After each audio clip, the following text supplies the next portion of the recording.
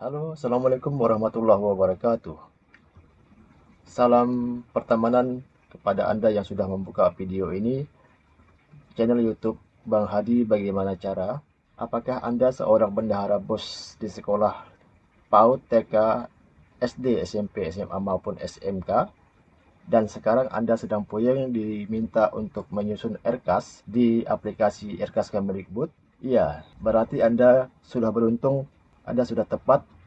Di video kali ini saya akan membawa Anda mendemonstrasikan sebuah aplikasi sederhana menggunakan file Excel yang sudah disisipi rumus VBA sehingga membantu Anda bendahara BOS untuk penyusunan RKAS dana BOS tanpa ribet, minim kesalahan, kemudian perhitungan rumus sudah otomatis yaitu dengan aplikasi Excel sederhana. Tampilan umumnya seperti ini yang nantinya akan bisa Anda lanjutkan untuk mengentri ke dalam aplikasi RKAS Kemendikbud dengan cara cukup menyalin data-data yang ada pada Excel ke aplikasi RKAS Kemendikbud.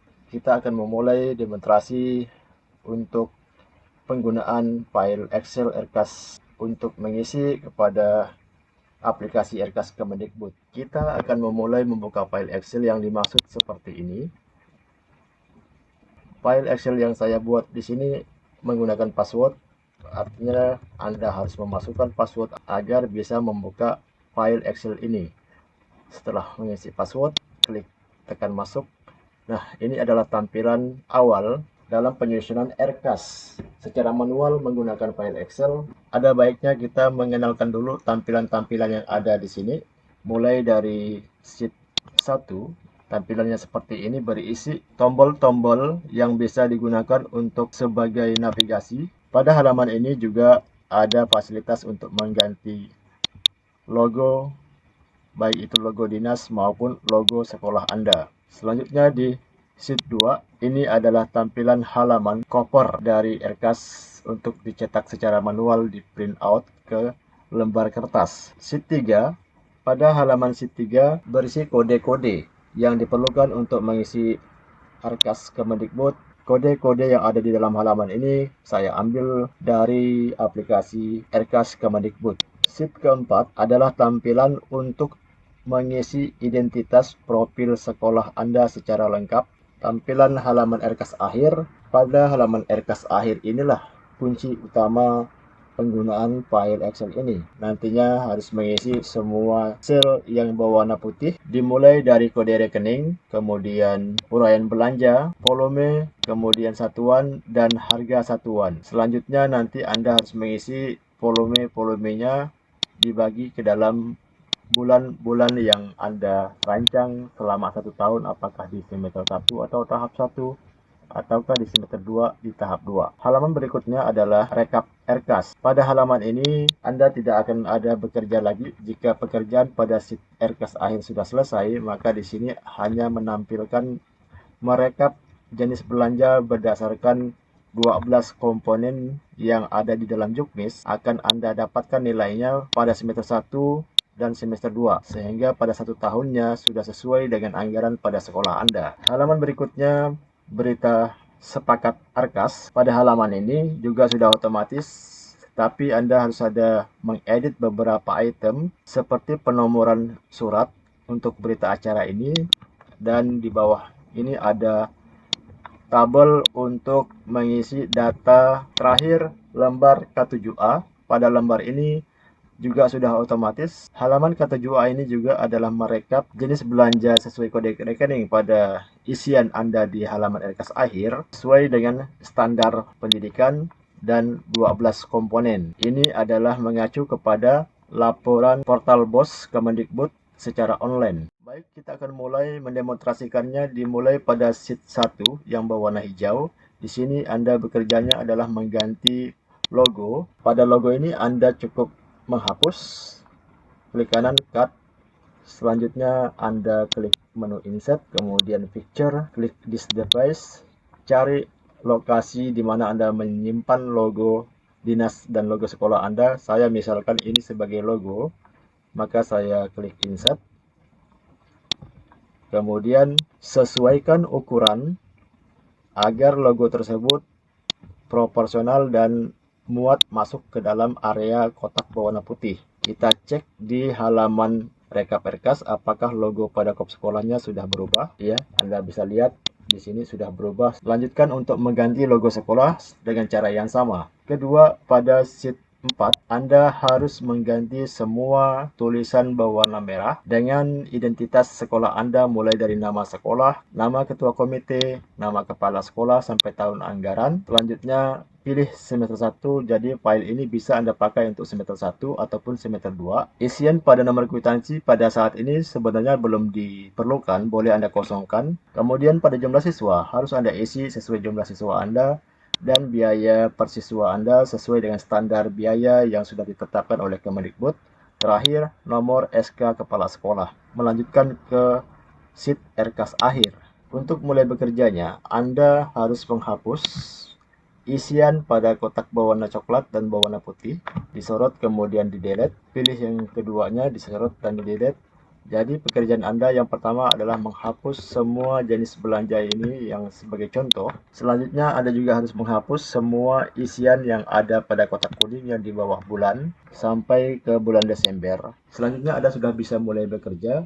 Langkah pertama, ini saya misalkan pada kegiatan penyusunan program perpustakaan, saya ingin menambahkan subkegiatan tentang penggandaan atau fotokopi.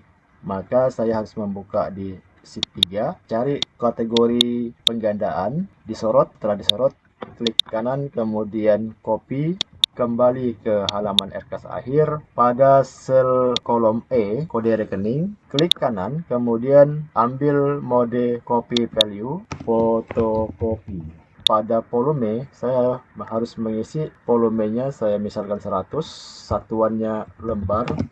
Harga satuannya sesuaikan dengan harga pada daerah Anda. Saya masukkan harganya 555, sudah termasuk pajak PPN. Anda copy yang di atas, yang pada sel kuning, kemudian sorot ke bawah, klik kanan, paste value. Pastikan kode-kode tidak boleh kosong karena nantinya untuk halaman berikutnya akan membaca nilai-nilai berdasarkan kode. Lanjutkan setelah mengisi kode, sekarang silakan merancang apakah mau dibelanjakan pada bulan Januari, Februari, Maret, April, Mei, Juni, sampai Desember. Silahkan dibagi. Di sini saya misalkan pada bulan Februari pasang 20 lembar, kemudian pada bulan Mei anggarkan 30 lembar, sehingga 50 lembar untuk semester 1 atau tahap 1. Pada tahap 2, saya anggarkan di bulan September, ini ada 20 lembar, kemudian di bulan Oktober atau November, ini saya tambahkan anggar 30 lembar. Untuk isian pada baris ini, Anda bisa mengecek jika ada kesalahan jumlah perhitungan pada kolom O ini. Jika tidak ada berwarna merah, berarti perhitungannya sudah benar. Seandainya di sini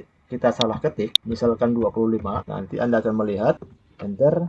Nah, di sini akan ternampak warna merah muncul, berarti ada kesalahan perhitungan. Anda bisa mengetahui bahwa volume yang Anda rancang di dalam bulan-bulan ada yang masih belum pas, ada kode merah yang menandakan Anda harus mengecek kembali dan memperbaikinya. Silakan Anda melanjutkan untuk pengisian pada baris berikutnya sesuai kebutuhan pada sekolah Anda. Selanjutnya saya misalkan ini sudah saya isi semua. Akan ada kasus bagaimana jika Anda memerlukan lebih dari satu baris, karena mungkin item-item belanja Anda bukan hanya satu atau dua, bahkan mungkin 3, 5, dan seterusnya. Cara untuk menambahkan baris ini penting karena akan berpengaruh terhadap rumus perhitungan pada aplikasi ini. Anda silakan ikuti cara menambahkan baris yang benar. Pertama-tama untuk menambahkan baris, Anda harus mencari baris sel warna putih yang masih kosong. Saya misalkan ambil baris ini, maka Anda klik pada nomor baris paling kiri, Anda klik kanan, kemudian